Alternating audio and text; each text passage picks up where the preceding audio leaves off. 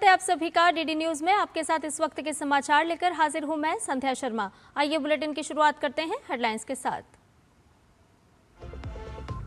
Paris में आज Europe का सबसे बड़े टेक्नोलॉजी और स्टार्टअप इवेंट विवाटेक समिट में शामिल होंगे प्रधानमंत्री नरेंद्र मोदी। भारत की तकनीकी प्रगति और नवाचार को दुनिया के सामने रखेंगे पीएम।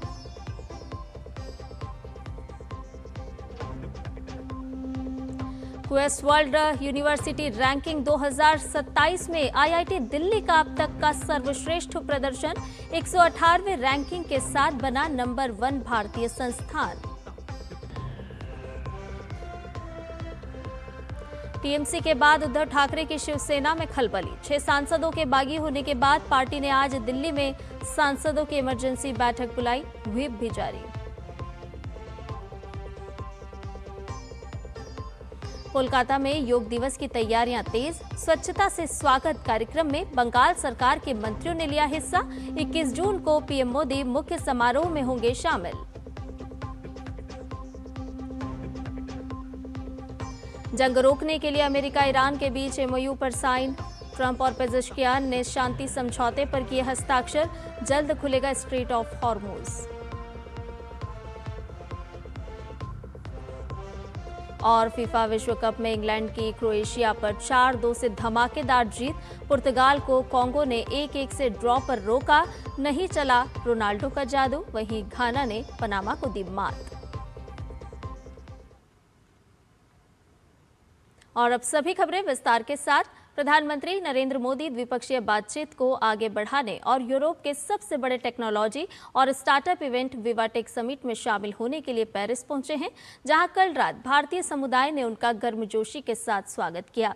आज फ्रांस के राष्ट्रपति इमैनुअल मैक्रों के साथ पीएम मोदी विवाटेक सम्मेलन में भाग लेंगे और भारत की तकनीकी प्रगति और नवाचार को दुनिया के सामने रखेंगे।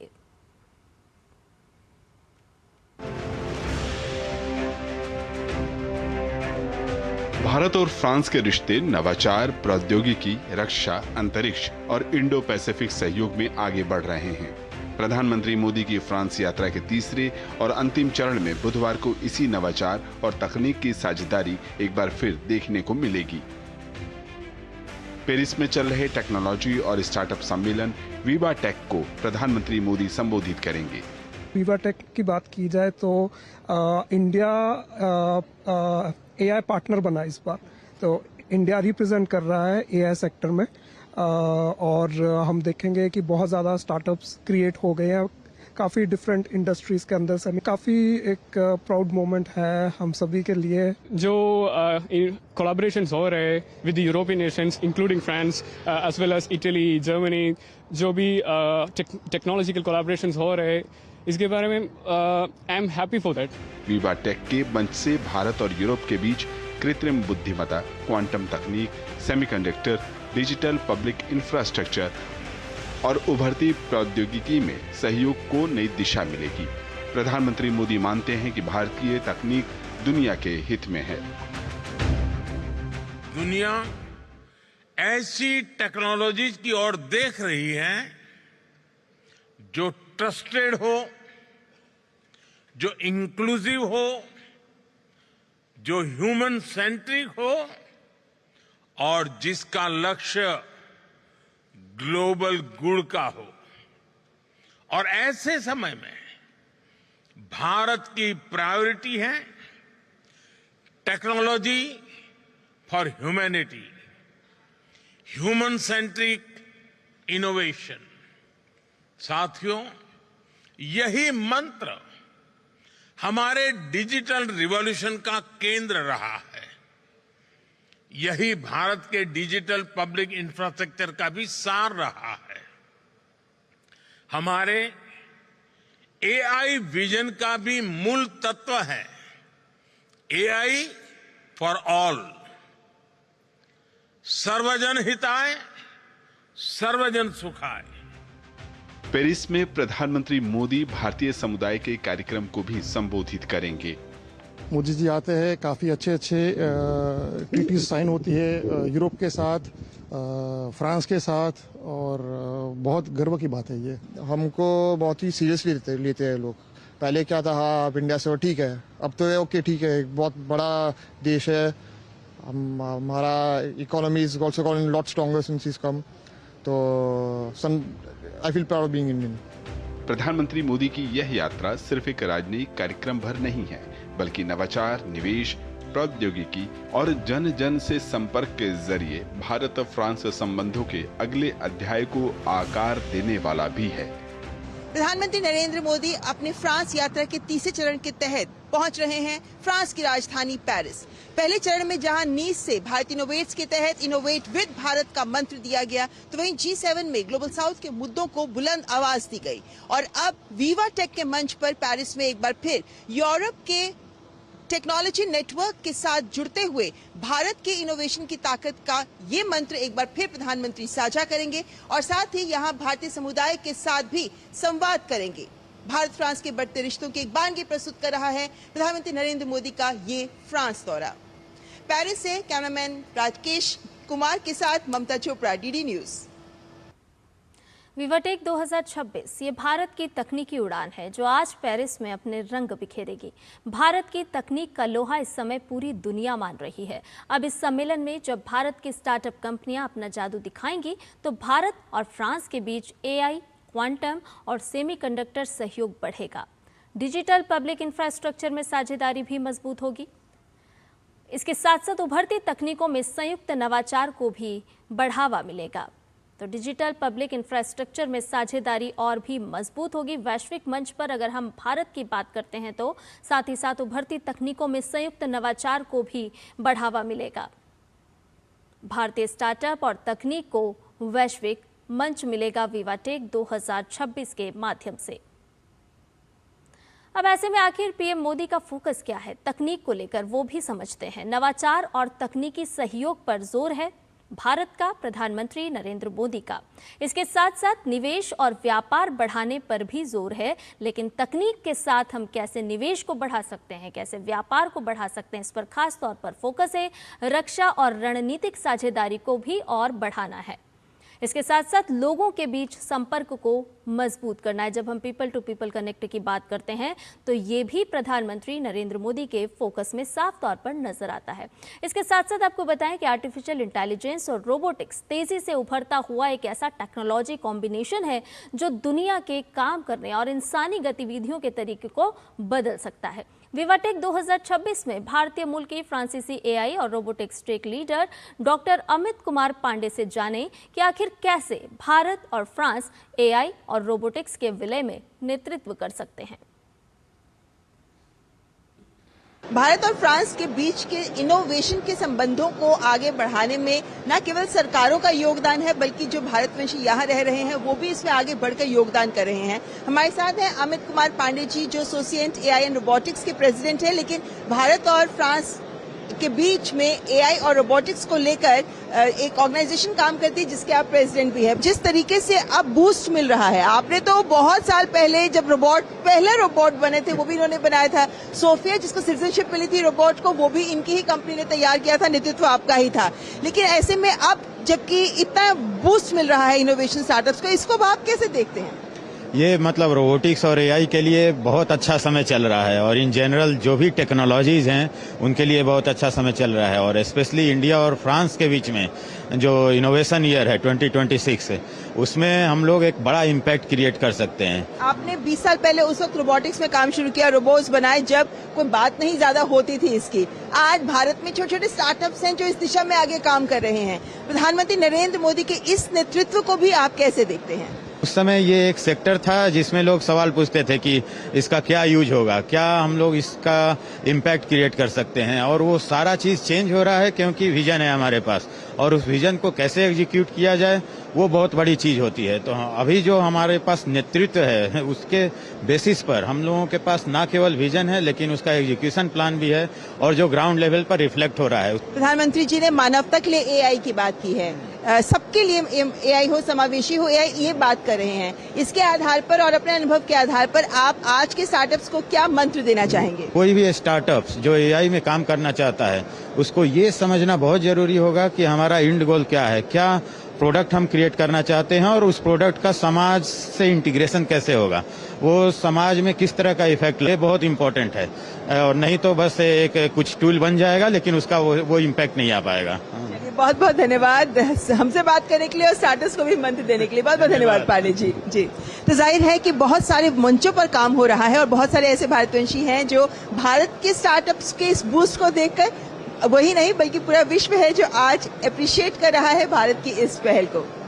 पेरिस में विवाटेक से कैमरामैन योगेश के साथ ममता चोपड़ा, डीडी न्यूज।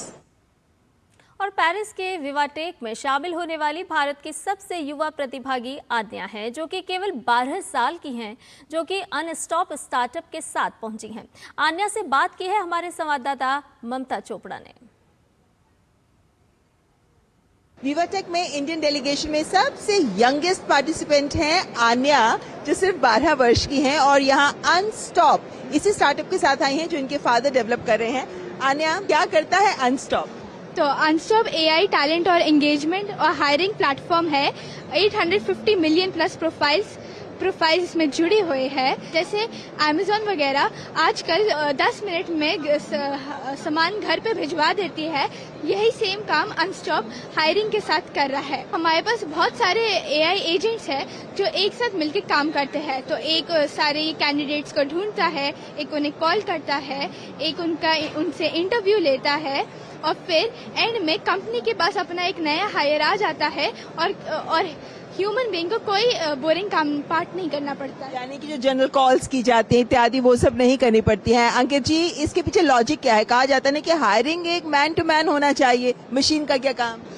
हमने क्या देखा है कि 50% से ज्यादा काम जो एचआरस का है वो हायरिंग बोलते तो हैं लेकिन उनका एडमिनिस्ट्रेटिव वर्क होता है जो उनका बहुत ज्यादा टाइम लेता है। रूटीन वर्क होता है, रूटीन वर्क वगैरह जो होता है। अब हमारे पास इतने सारे एआई एजेंट्स हैं, हम ये बोल रहे हैं कि आप सारा एक बार आपने डिफाइन कर दिया कि आपका प्रोसेस क्या है, बाकी एआई एजेंट्स को हैंडल करने दो। और जब आपका इंटरव्यू शेड्यूल हो जाए, वो भी नहीं कि आपका प्रोफाइल देखना है, जब आपका इंटरव्यू शेड्यूल हो जाए आप बस इंटरव्यू लो और उसके बाद आप हायर करो।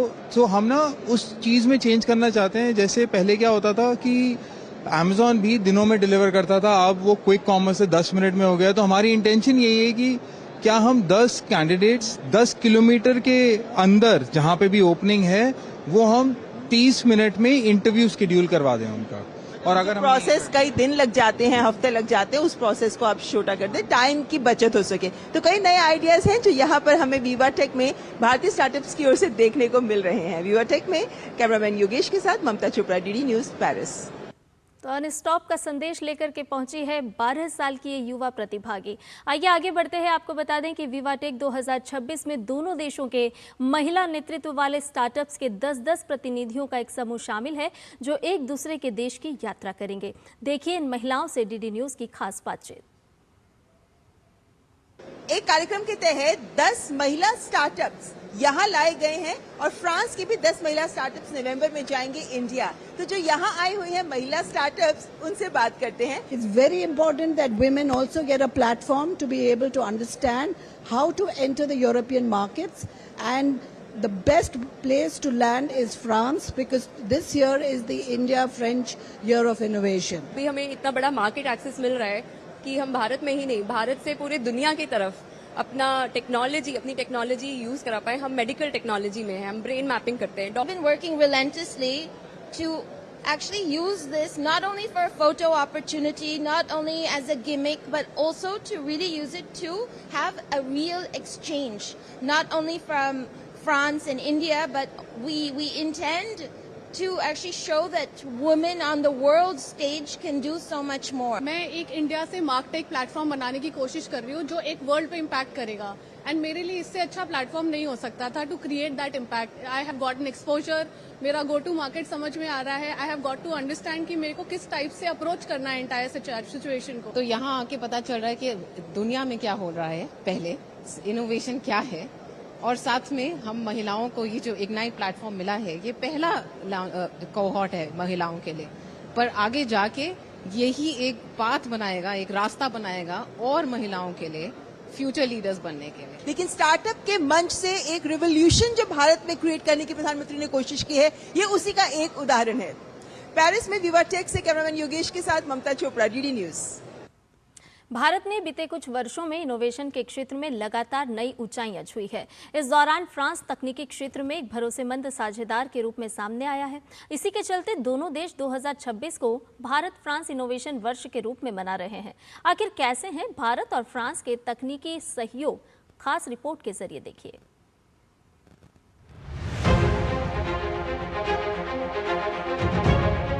बीते 12 वर्षों में भारत ने तकनीकी नवाचार में लगातार नए कीर्तिमान स्थापित किए हैं। प्रधानमंत्री नरेंद्र मोदी के नेतृत्व में नवाचार को बढ़ावा देने के लिए कई अहम पहल की गई हैं। साथ ही इस दौरान फ्रांस भारत का भरोसेमंद तकनीकी साझेदार बनकर उभरा है। कुछ रिलेशंस ऐसे होते हैं जो शेयर्ड इंटरेस्ट के साथ साथ शेयर्ड विजन से भी ड्राइव होते हैं। भारत और फ्रांस का रिश्ता कुछ ऐसा ही है। इस रिश्ते में कनेक्शन भी है, कन्विक्शन भी है। इस रिश्ते में इनोवेशन भी है, इंस्पिरेशन भी है। इस रिश्ते में शेयर्ड वैल्यूज हैं, शेयर्ड विजन भी है। इसी साझेदारी का नतीजा है कि 2026 को भारत फ्रांस नवाचार वर्ष के रूप में मनाया जा रहा है। The question is no longer whether India innovates. The question is who will innovate with India? And France is the unique clear answer. Bharat और फ्रांस के बीच इसी गहरे सहयोग के चलते बीते दिनों भारत इनोवेट्स 2026 कार्यक्रम का आयोजन फ्रांस के नीस शहर में हुआ। इस कार्यक्रम के जरिए देश के उभरते तकनीकी इनोवेटर्स, स्टार्टअप्स और उच्च शिक्षण संस्थानों को वैश्विक स्तर पर एक बेहतरीन मंच मिला। भारत इनोवेट्स केंद्रीय शिक्षा मंत्रालय की पहल है, जिसमें खास तौर पर डीप टेक से जुड़े नवाचारों पर ध्यान दिया जा रहा है। इसमें विज्ञान और नवाचार से जुड़े 13 मुख्य क्षेत्र शामिल हैं, जिसमें advanced computing, semiconductor, space technology, biotech, ऊर्जा, स्वास्थ्य और मैन्युफैक्चरिंग जैसे बेहद जरूरी क्षेत्र शामिल हैं। इस मंच का मुख्य उद्देश्य भारतीय स्टार्टअप्स को वैश्विक बाजार, निवेश, विनिर्माण साझेदारी और टेक्नोलॉजी ट्रांसफर के नए अवसर प्रदान करना है। नीस में आयोजित हुए भारत इनोवेट्स में दुनिया भर के 350 से अधिक निवेशक और वेंचर कैपिटलिस्ट शामिल हुए।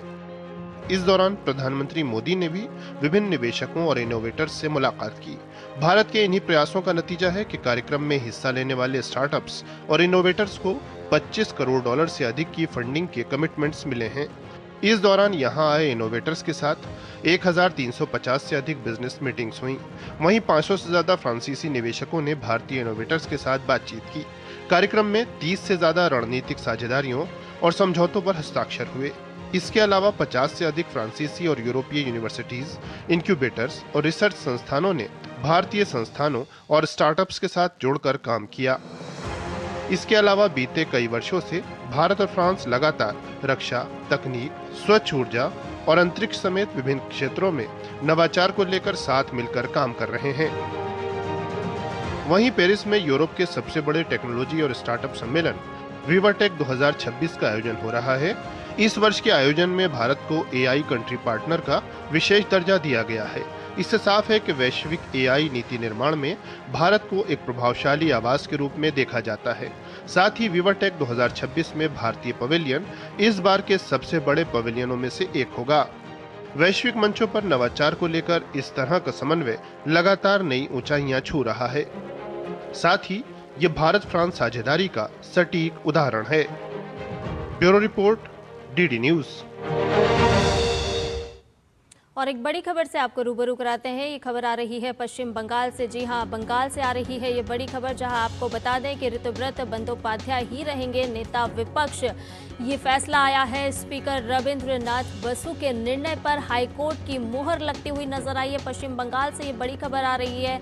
आपको बता दें कि ऋतुव्रत बंदोपाध्याय ही रहेंगे नेता विपक्ष। इसके अलावा स्पीकर रविंद्र नाथ बसु के निर्णय पर हाईकोर्ट की मुहर लगी है। लेकिन मामले की अगली सुनवाई की अगर बात करें तो 28 जुलाई तारीख सुनिश्चित की गई है। मामले की अगली सुनवाई 28 जुलाई को होगी। दोनों पक्षों को अपना अपना हलफनामा देना होगा। हलफनामे के बाद हाईकोर्ट अपना अंतिम फैसला सुनाएगा, यानी कि ये अभी अंतिम फैसला नहीं है। तो पश्चिम बंगाल से ये बड़ी खबर, जहां पर स्पीकर के फैसले में फिलहाल किसी तरह का कोई भी हस्तक्षेप नहीं किया गया है और इससे ये समझ में आ रहा है कि ऋतुव्रत बंदोपाध्याय ही नेता विपक्ष रहेंगे। पश्चिम बंगाल की ये बड़ी खबर, जो कि पूरा मामला नेता विपक्ष को लेकर के हाईकोर्ट पहुंचा था, लेकिन स्पीकर रथेंद्र नाथ बसु का जो निर्णय है उसको लेकर के हाईकोर्ट की मुहर लगती हुई यहां पर नजर आई है।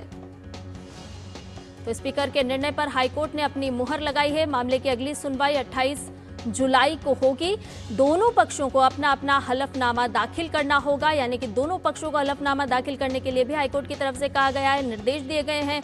हलफनामे के बाद हाईकोर्ट अपना अंतिम फैसला सुनाएगा। फिलहाल स्पीकर के फैसले पर किसी तरह का कोई भी हस्तक्षेप हाईकोर्ट ने नहीं किया है। तो पश्चिम बंगाल से है इस वक्त की बड़ी खबर। लगातार हम देख रहे थे कि राजनीतिक घटनाक्रम यहाँ पर बदल रहे थे। मामला हाईकोर्ट पहुंचा और ऋतुव्रत बंदोपाध्याय ही रहेंगे नेता विपक्ष। हाईकोर्ट की तरफ से कहा गया, क्योंकि जो स्पीकर ने बात कही थी उस निर्णय पर हाईकोर्ट ने अपनी फिलहाल मोहर लगाई है। लेकिन इस पूरे मामले को अगर देखें तो 28 जुलाई तारीख सुनिश्चित की गई है। अभी अंतिम फैसला आना बाकी है। हलफनामा पेश करना होगा दोनों ही पक्षों को अपना अपना, और हलफनामे के बाद हाईकोर्ट अपना अंतिम फैसला सुनाएगा। और भी ताजा अपडेट ले लेते हैं इस पूरी खबर को लेकर के। हमारे साथ हमारे सहयोगी संवाददाता सौरभ दत्ता जुड़ गए फोन लाइन पर। सौरभ, इस वक्त का क्या कुछ अपडेट पश्चिम बंगाल से आप साझा करेंगे, क्योंकि हम देख रहे हैं कि हाईकोर्ट ने फिलहाल तो स्पीकर के फैसले पर अपनी मुहर लगाई है।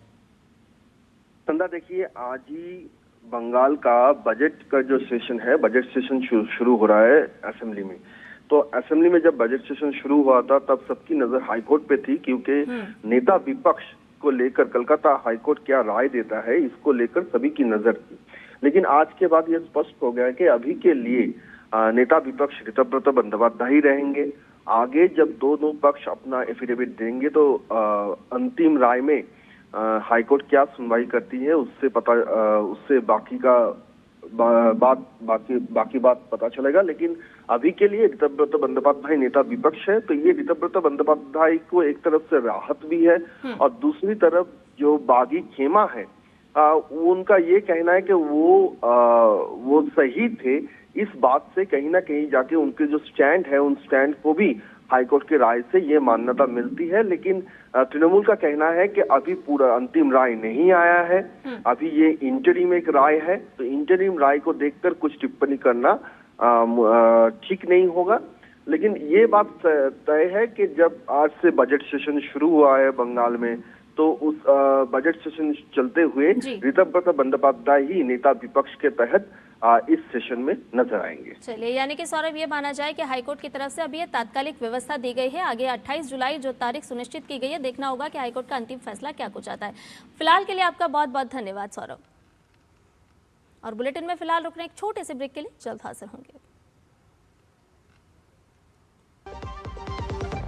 खाने में मेरी क्वीन के लिए क्या है? किंग मटर पनीर, किंग बैगन भरता, king veg pulao, king palak paneer kofta. ये सब किंग क्यों? क्योंकि ये सब बना है MDH किचन किंग से आपका बॉस। MDH किचन किंग, असली किचन किंग। MDH। आप फिक्र मत कीजिए खन्ना साहब, वादा तो कर दिया, पर ये पहुंचेगा कैसे? एक दिन में मार्कशीट कैसे मिलेगी शालिनी को? कल संडे, मॉम की दवाइयाँ कल तक नहीं पहुंची तो पहुंच जाएगा। जो भी तुम चाहोगे वही पहुंचाऊंगा, एक दिन में डिलीवरी करके आऊंगा। सबको पता है कि मैं सबका दोस्त हूँ, हर सामान टाइम से पहुंचाने की ये बात है, दिल को दिल से मिलाने की ये बात है। ये है भारतीय डाक की नई 24 स्पीड पोस्ट सेवा। अब आपकी हर पोस्ट की गारंटीड डिलीवरी सिर्फ एक दिन में, OTP की अतिरिक्त सुरक्षा के साथ। 24 स्पीड पोस्ट, भरोसा आपका, वादा हमारा। डाक सेवा, जन सेवा।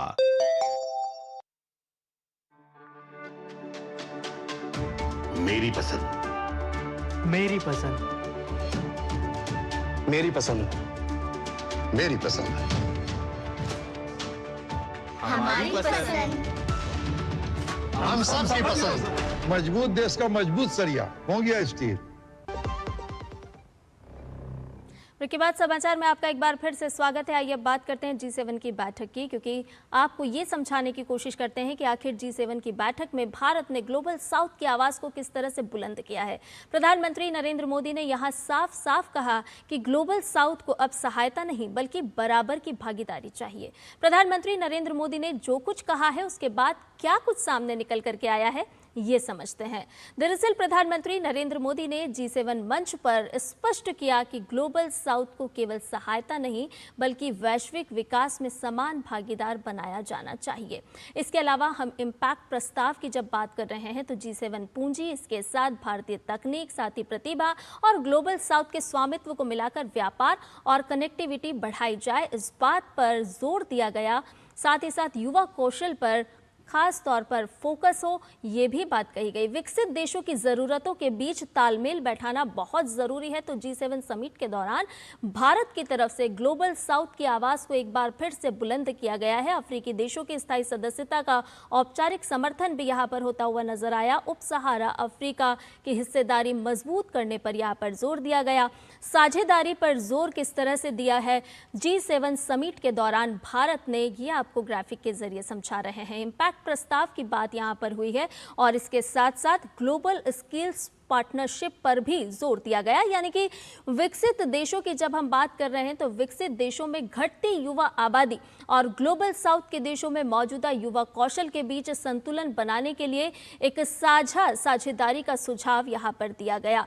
विकसित देशों की जरूरतों के बीच तालमेल बैठाने पर जोर दिया गया। अफ्रीकी देशों की स्थायी सदस्यता को औपचारिक समर्थन मिलना चाहिए, ये बात कही गई। यानी कि ग्लोबल साउथ की एक बार फिर आवाज बुलंद करते हुए यहां पर भारत इस वैश्विक मंच पर नजर आया है। साझेदारी पर जोर दिया गया, सहायता नहीं बल्कि बराबरी की बात यहां पर कही गई कि सहायता नहीं बल्कि बराबरी यहां पर दी जानी चाहिए ग्लोबल साउथ को। G7 पूंजी, साथ ही साथ भारतीय तकनीक और साथ ही साथ उसको ग्लोबल आवाज के तौर पर यहां पर उठाते हुए प्रधानमंत्री नरेंद्र मोदी नजर आए हैं। तो भारत ने एक बार फिर से वैश्विक मंच पर ग्लोबल साउथ की आवाज को बुलंद किया है।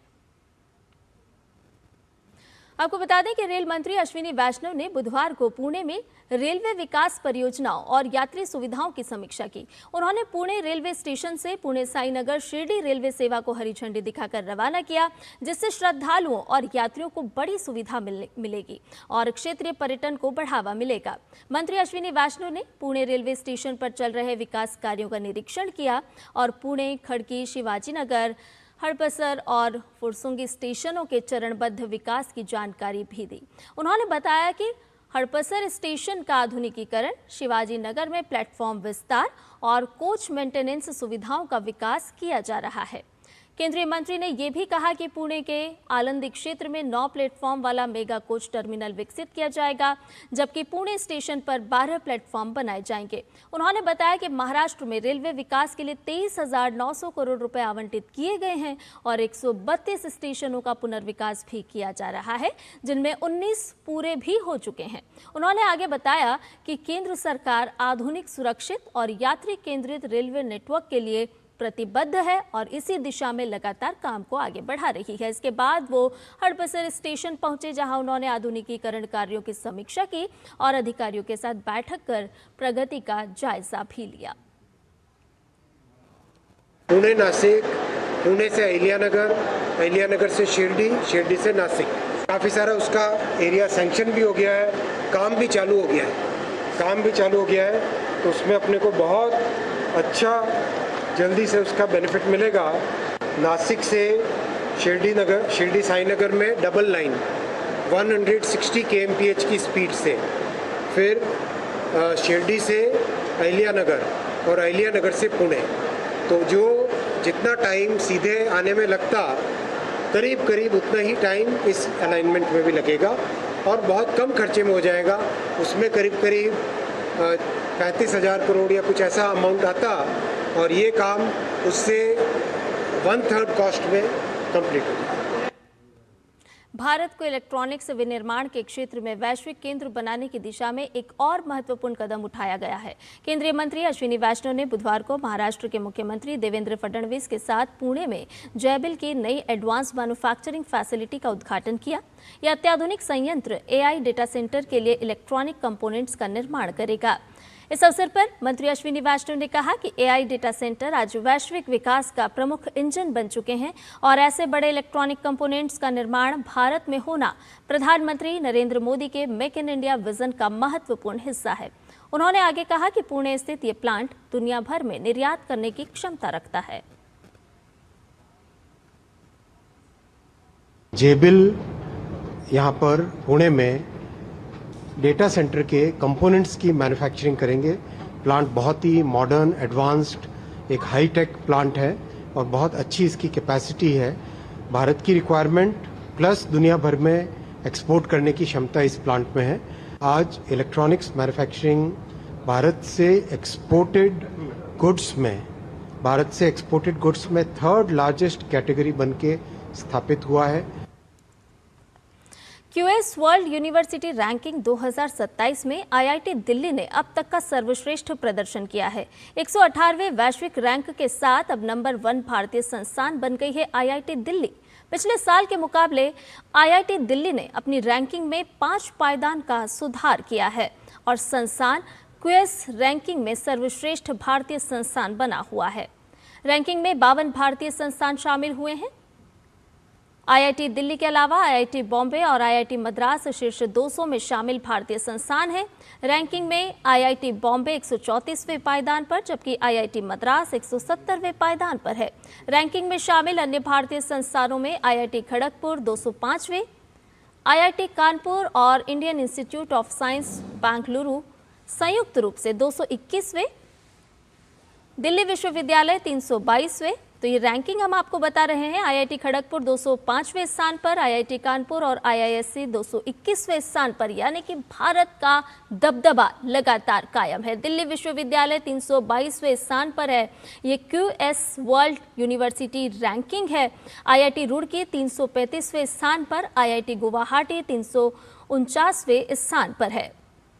इसके अलावा खास बात यह है कि 2014 में महज 11 भारतीय संस्थान क्यूएस वर्ल्ड यूनिवर्सिटी रैंकिंग में शामिल थे, जबकि 2027 की रैंकिंग में 52 भारतीय संस्थान शामिल हैं, यानी कि यह आंकड़ा लगातार बढ़ा है। इस प्रकार भारत का शिक्षा तंत्र G20 देशों में सबसे तेजी से विकास करने वाला शिक्षा तंत्र बन गया है।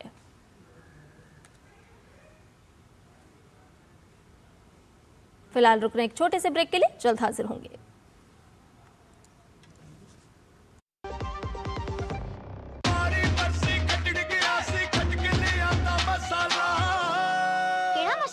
छोलिए दा या लोबिए दा, पंजाबी छोले दा या पिंडी चने दा। अब छोलिया हो या लोबिया, पंजाबी छोले या पिंडी चने, सब कुछ मजेदार बने। जब धरती चीर कर निकलता है लोहे का पत्थर और मिलता है मोंगिया के जोश से, फिर तपता है, पिघलता है और बनता है फौलाद। अब होता है सरिया सारी खूबियों के साथ। मोंगिया स्टील, मजबूत देश का मजबूत सरिया। बढ़ता है, खेलता है, झूलता उछलता है, दौड़ता कभी कभी दौड़ कराता है, आगे आगे बढ़ता है इंडिया, अमूल दूध पीता है इंडिया। ब्रेक के बाद समाचार में आपका एक बार फिर से स्वागत है। आइए बात करते हैं फुटबॉल के खुमार की। चलते हैं वर्ल्ड कप की दुनिया में।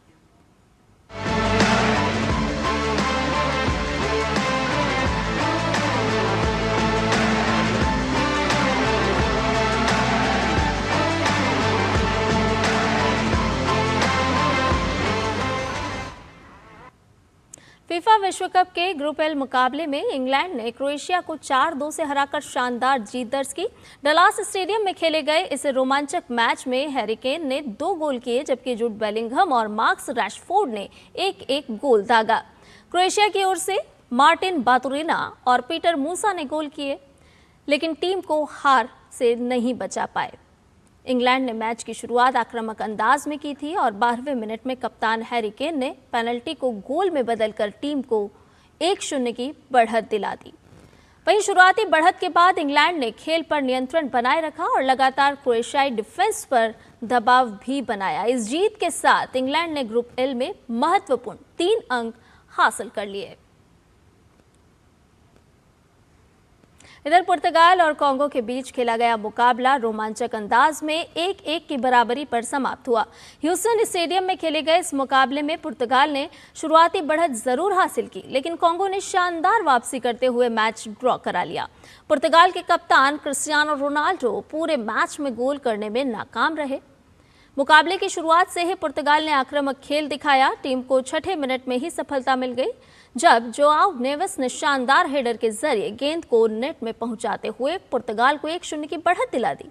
शुरुआती गोल के बाद पुर्तगाल ने खेल पर नियंत्रण बनाए रखने की कोशिश जरूर की, जबकि कांगो बराबरी की तलाश में जुटा रहा। पहले हाफ के अंतिम क्षणों में कांगो ने जबरदस्त वापसी की और यून विसा ने हेडर के जरिए गोल दागकर अपनी टीम को 1-1 की बराबरी पर ला दिया और यहीं से रोमांच भी देखने को मिला। इसके बाद मैच में कोई और गोल देखने को नहीं मिला। वहीं एक अन्य मैच में घाना ने पनामा को 1-0 से हरा दिया।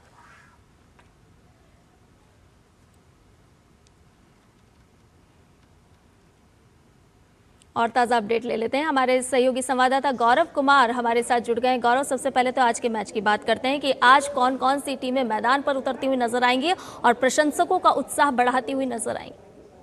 बिल्कुल सद्या, आज के मैच के अगर मुकाबलों की बात करें तो आज अगर सबसे बड़े मुकाबले की बात करें तो कहीं ना कहीं स्विट्ज़रलैंड और बोस्निया हर्ज़ेगोविना जो है वो आज अपना मुकाबला खेलेंगी। इसके अलावा जो मेज़बान देश है मैक्सिको जो है वो दक्षिण कोरिया के खिलाफ जो है वो अपना ताल ठोकने उतरेंगे। और एक बात बता दें कि मैक्सिको की टीम जो है वो अब तक वर्ल्ड कप में कभी भी साउथ कोरिया से हारी नहीं है, तो इस मुकाबले पर भी नजरें होंगी, क्योंकि ये दोनों टीमें जो है वो अपने अपने मैचेस जीत करके ये दूसरे मैच में एक दूसरे के सामने है। तो ये भी एक दिलचस्प मुकाबला रहेगा, क्योंकि मैक्सिको मेजबान देश है। ऐसे में अपने मेजबानी में टीम जो है वो कहीं ना कहीं और ज्यादा आक्रामक रूप से जो है वो सामने होगी। तो ये भी एक दिलचस्प रहेगा कि किस तरह से साउथ कोरिया जो है वो मैक्सिको को क्या इस बार रोक पाती है या अपना जो इतिहास है उसको बदल पाती है ना हरा पाने का।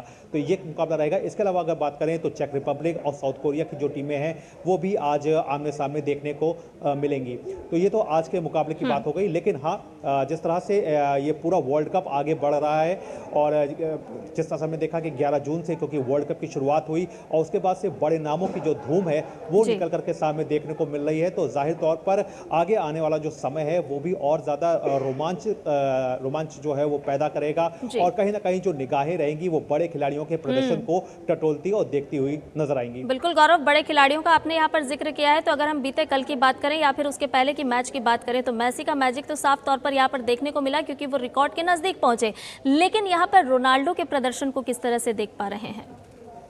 हाँ बिल्कुल, जिस तरह से अगर रोनाल्डो के खुद के अपने प्रदर्शन की बात की जाए तो ये बात सही है, सच है कि कल वो एक भी गोल जो है वो नहीं कर पाए कांगो के खिलाफ। लेकिन फिर हमें ये भी देखना होगा कि जो सामने वाली टीम है उसका डिफेंस कितना मजबूत है, क्योंकि कांगो जो है उनकी टीम का अगर कल के खेल कर देखें तो काफ़ी मजबूत डिफेंस के साथ वो सामने थे।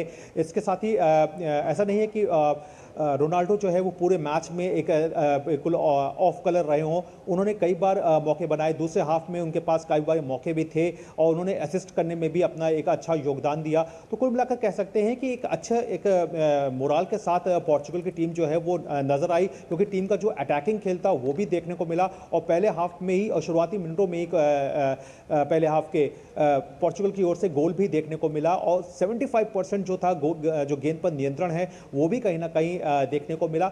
लेकिन हाँ, जिस तरह से अगर पहले मैचों की तुलना करें, जैसे बड़े खिलाड़ियों के साथ अगर तुलना करके देखें, खासतौर से मेसी की अगर एक दिन पहले जो उनका प्रदर्शन था, तो हमें यह भी देखना होगा कि अर्जेंटीना का सामना अल्जीरिया के साथ था और अल्जीरिया की टीम जो है वो रैंकिंग में काफ़ी कुछ पीछे है और उनका डिफेंस भी कल उतना स्ट्रांग नहीं नजर आया था। तो जिसका फ़ायदा जो है वो अर्जेंटीना ने पूरी तरह से उठाया भी।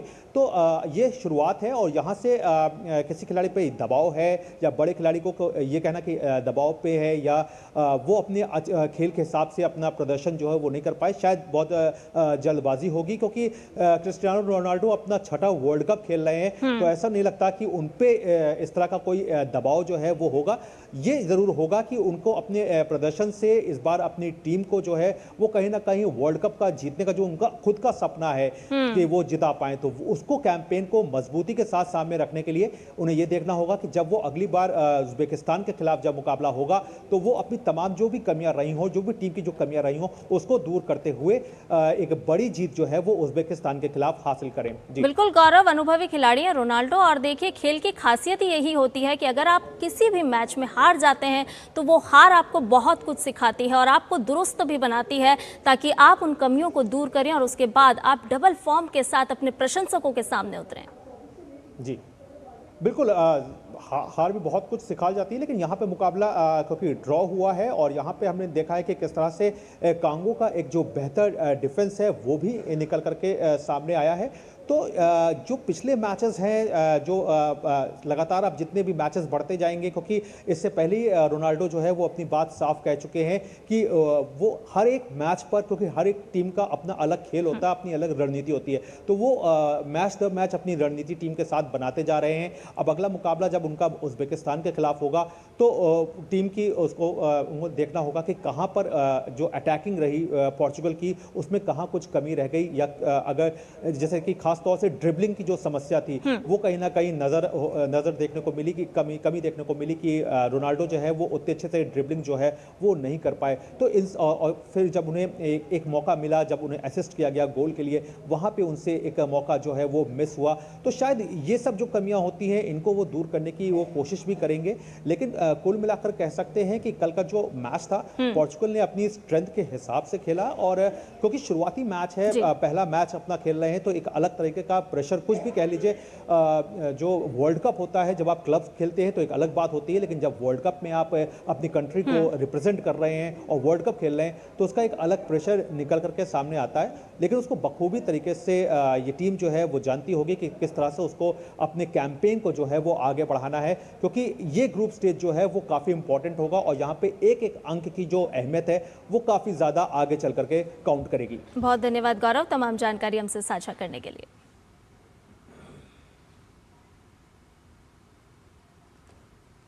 आइए आगे बढ़ते हैं। आपको बता दें कि महाराष्ट्र में उद्धव ठाकरे की शिवसेना के सांसदों की आज दिल्ली में बैठक हो रही है। पार्टी के सांसद और लोकसभा में चीफ व्हिप अनिल देसाई ने कल पत्र जारी कर पार्टी के सभी सांसदों को इस बैठक की जानकारी दे दी और व्हिप जारी करते हुए आज की बैठक में उन्हें मौजूद रहने को भी कहा। संसद भवन में स्थित पार्टी कार्यालय में बैठक हो रही है। इस पत्र के जरिए सभी सांसदों की उपस्थिति अनिवार्य की गई है। कल पूरे दिन मुंबई से दिल्ली तक यूबीटी में टूट फूट की खबरों को लेकर सियासी पारा चढ़ा रहा। संसदीय दल के नेता अरविंद सावंत ने शिवसेना यूबीटी की ओर से लोकसभा अध्यक्ष को पत्र लिखकर मांग की है कि शिवसेना यूबीटी को ही संसद में एकमात्र आधिकारिक राजनीतिक दल के रूप में मान्यता दी जाए। किसी भी अलग गुट, बागी गुट या फिर स्वतंत्र समूह को कोई पहचान, दर्जा, सुविधा या विशेषाधिकार ना दिया जाए। स्पीकर से ये भी मांग रखी गई है कि फैसला लेने से पहले उद्धव ठाकरे गुट को अपना पक्ष रखने का अवसर दिया जाए। पार्टी की ओर से यह भी कहा गया है कि उसे संविधान की 10वीं अनुसूची यानी कि दल बदल विरोधी कानून के तहत प्रावधानों का उपयोग करने का अधिकार है। अब जरा शिवसेना यूबीटी के वो बागी सांसद कौन कौन से हैं वो भी आपको बता देते हैं जो काफ़ी चर्चाओं में इन दिनों चल रहे हैं। संजय दीना पाटिल जो कि मुंबई नॉर्थ ईस्ट से हैं, संजय देशमुख, नागेश पटेल यवतमाल वाशिम से हैं संजय देशमुख, और इसके अलावा संजय जाधव परभणी से हैं। इसके अलावा ओम प्रकाश राजे निम्बालकर जो कि धारावी से सांसद हैं। तो शिवसेना यूबीटी के ये वो चेहरे हैं जो बागी सांसद हैं और काफ़ी चर्चाओं में है। महाराष्ट्र से लेकर के दिल्ली तक हम देख रहे हैं कि चर्चाओं का बाजार गर्म है, क्योंकि शिवसेना यूबीटी में अब फूट नजर आ रही है। और ये वो जो चेहरे हैं जो काफ़ी चर्चाओं में है, आपको ग्राफिक के जरिए बता रहे हैं। संजय दीना पाटिल, संजय देशमुख, नागेश पाटिल हैं, अलग अलग संसदीय क्षेत्र से ये सांसद है। संजय जाधव जो कि परभणी से सांसद है, ओम प्रकाश राजे निम्बालकर हैं, धारावी से सांसद हैं। संजय दीना पाटिल मुंबई नॉर्थ ईस्ट से हैं और संजय देशमुख यवतमाल वाशिम से सांसद हैं। अब मुश्किल में है उद्धव। जी हां, पार्टी में दूसरी बार बगावत, यही है सबसे बड़ा सवाल कि ये बगावत अब दूसरी बार हो रही है। बागी खेमे में 9 में से 6 सांसद हैं। इसके अलावा आपको बता दें कि 2/3 सांसद अलग होने के मूड में नजर आ रहे हैं। जिन 6 चेहरों का जिक्र अभी हम कर रहे थे, जो 6 सांसदों का जिक्र अभी हम कर रहे थे, लोकसभा अध्यक्ष तक ये पूरा मामला पहुंच चुका है और मामला 19 जून को स्थापना दिवस है और इसके साथ साथ ये बड़ा घटनाक्रम भी यहाँ पर संभव नजर आ रहा है। तो लगातार महाराष्ट्र से लेकर के दिल्ली तक सियासी पारा चढ़ा हुआ है। शिवसेना यूबीटी को लेकर के बागी सांसद दिल्ली में पूरी तरह से सक्रिय नजर आ रहे हैं। कई सांसदों के फोन बंद हैं, संपर्क टूटने की चर्चा भी हो रही है और ऐसे में शिवसेना यूबीटी ने तत्काल तौर पर एक बैठक भी बुलाई है। संजय राउत की चुनौती है कि इस्तीफा देकर चुनाव लड़ें, क्योंकि संजय राउत ने कहा कि जितने भी सांसद हैं जो कि बागी हो रहे हैं, उन्होंने शिवसेना यूबीटी के बैनर पर चुनाव लड़ा और अगर वो अलग होना चाहते हैं तो फिर अपने ही बैनर पर चुनाव लड़के बताएं। अब ऐसे में बड़ी बातों का जिक्र यहाँ पर हो रहा है और कई सारे सवाल भी खड़े हो रहे हैं। सबसे पहला सवाल कि क्या उद्धव की सेना फिर टूटने वाली है, यही सवाल चर्चाओं में है। 6 सांसदों ने ठाकरे की टेंशन को बढ़ा दिया है। शिंदे के पाले में जाने की तैयारी है क्या? कहाँ जाने वाले हैं ये 6 सांसद जो कि बागी हो रहे हैं? दिल्ली में बागियों की गुप्त रणनीति क्या है? ये भी एक बड़ा सवाल है कि आखिर कौन सी रणनीति पर ये 6 सांसद काम कर रहे हैं। दल बदल के लिए 7 सांसदों का समर्थन चाहिए और इसके साथ साथ क्या उद्धव की सेना फिर टूटने वाली है? ये है सबसे बड़ा सवाल जिसको लेकर के चर्चाएं हो रही है। चर्चाओं का बाजार गर्म है। बात महाराष्ट्र की कर लें या फिर दिल्ली की कर लें, तो शिंदे के पाले में क्या ये सभी सांसद जाएंगे? दिल्ली में बागियों की गुप्त रणनीति क्या हो सकती है? किस रणनीति पर ये सांसद काम कर रहे हैं? क्योंकि सुनने में ये भी आया है कि कई सांसदों के फोन बंद हैं तो वो क्यों संपर्क नहीं करना चाहते हैं उद्धव ठाकरे से? क्या उद्धव की सेना एक बार फिर टूट रही है? क्योंकि जून 2022 का वो साल था जब शिवसेना में एक बार फूट नजर आई थी और ये दूसरी बार हो रहा है। यानी कि जून का जो महीना होता है वो कहीं ना कहीं टेंशन बढ़ाने वाला उद्धव के लिए साफ तौर पर साबित होता हुआ नजर आ रहा है। रुक करते अगली खबर का। केरलम के पूर्व मुख्यमंत्री पिनाराई विजयन की बेटी वीणा टी से ईडी ने कथित CMRL मनी लॉन्ड्रिंग मामले में करीब 9 घंटे तक पूछताछ की है। वीणा सुबह करीब 10:30 बजे ईडी के कोच्चि कार्यालय पहुंची और रात लगभग 8 बजे तक वहां से निकली। ईडी कार्यालय के बाहर सुरक्षा के कड़े इंतजाम किए गए थे। वीणा अपने पति और CPIM विधायक PA मोहम्मद रियाज के साथ ईडी दफ्तर पहुंची थी। इससे पहले ईडी ने उन्हें 12 जून को पेश होने के लिए समन भेजा था, लेकिन स्वास्थ्य कारणों का हवाला देते हुए उन्होंने पेश होने में असमर्थता जताई थी। इसके बाद एजेंसी ने नया समन जारी किया और उनसे उनकी IT company Exologic solutions private limited से जुड़े वित्तीय लेन देन के दस्तावेज भी मांगे।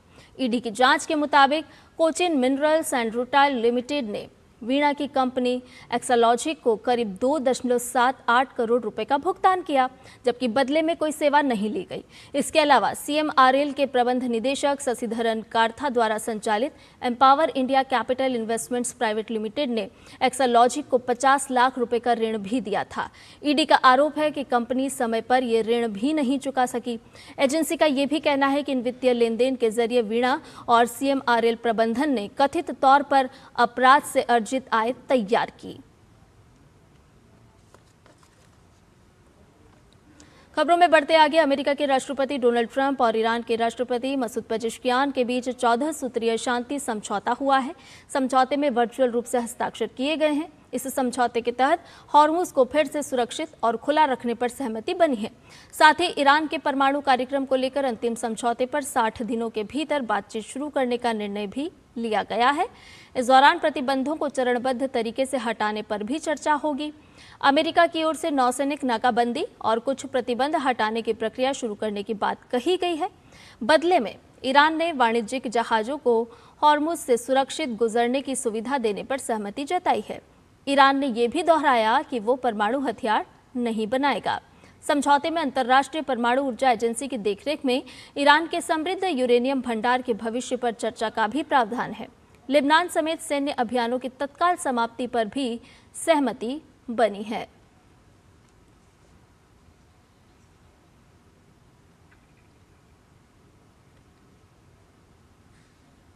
अमेरिका और ईरान के बीच हुए शांति समझौते के बाद वैश्विक बाजार में कच्चे तेल की कीमतों में भारी गिरावट दर्ज की गई है।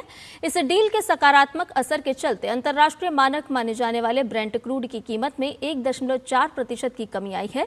इस गिरावट के बाद अब ब्रेंट क्रूड का भाव कम होकर $78.41 प्रति बैरल के स्तर पर पहुंच गया है। कच्चे तेल के दामों में आई ये कमी भारत सहित दुनिया भर के आयातक देशों के लिए एक बड़ी राहत साबित हो सकती है। इस बार 21 जून को योग दिवस का मुख्य कार्यक्रम कोलकाता में होगा। इसके लिए बंगाल की सरकार तैयारियों को लेकर बहुत सख्त नजर आ रही है। योग दिवस से पहले कोलकाता में 6 दिन का स्वच्छता अभियान शुरू किया गया है। बंगाल सरकार में मंत्री अग्निमित्रा पॉल ने कहा है कि लोगों से रिक्वेस्ट किया जा रहा है कि जैसे हम अपने घर साफ रखते हैं, ठीक उसी तरह से हमें अपने घर के आसपास के एरिया को भी साफ रखना चाहिए। ऐसा नहीं करने पर जुर्माना लगाने की भी योजना बनाई गई है।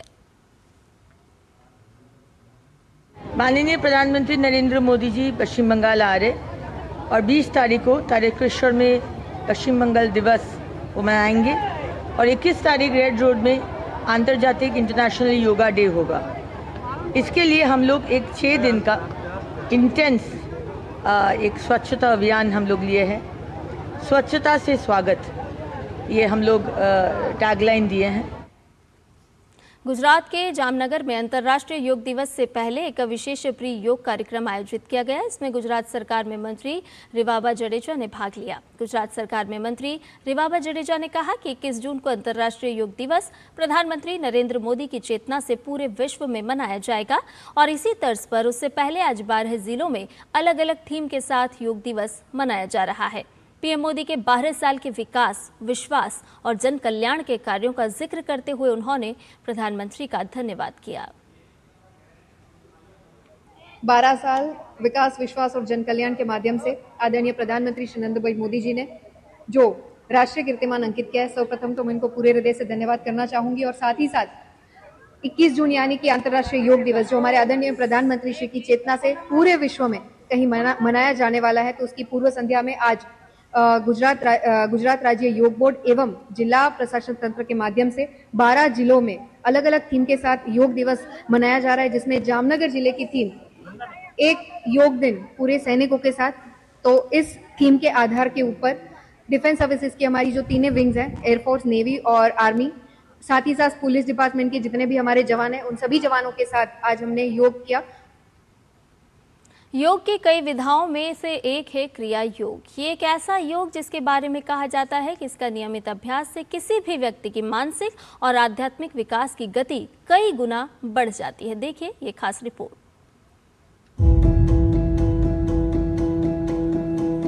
आज की इस भागदौड़ में जहां इंसान के पास सब कुछ है सिवाय शांति के, जहां डिप्रेशन, एंजाइटी और तनाव रोजमर्रा की जिंदगी का हिस्सा बन चुके हैं, क्या कोई ऐसी तकनीक है जो पलक झपकते ही मन को शांत कर दे?